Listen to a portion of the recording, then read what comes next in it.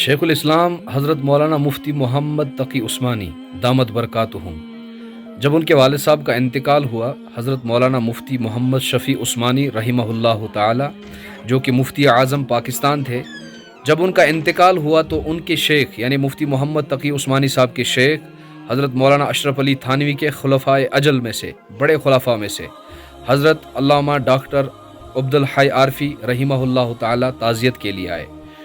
जब ताज़ियत के लिए आए तो बैठे हुए थे, अचानक हज़रत को खांसी आ गई।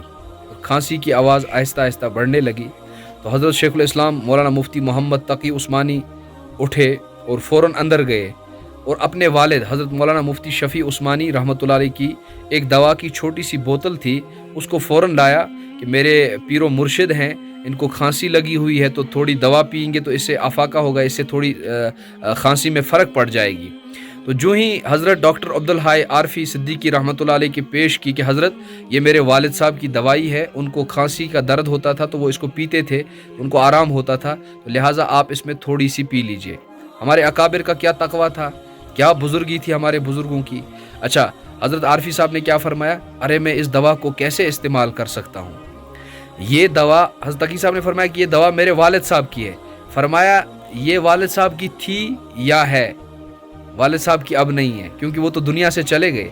अब तो ये इसमें जब तक ये तो वरासा में तकसीम जब तक नहीं होगी, ये तो अब विरासत बन चुकी है, मैं इसको इस्तेमाल नहीं कर सकता है। ये हमारे बुजुर्गों का तकवा था। लेकिन आज का भाई, जब बाप मर जाता है, बहन भाई उसमें ज़मीन के हिस्सेदार होते हैं, विरासत के हिस्सेदार। ये तो एक दवा की बोतल पर हज़रत ने इतना बड़ा जुमला फरमाया।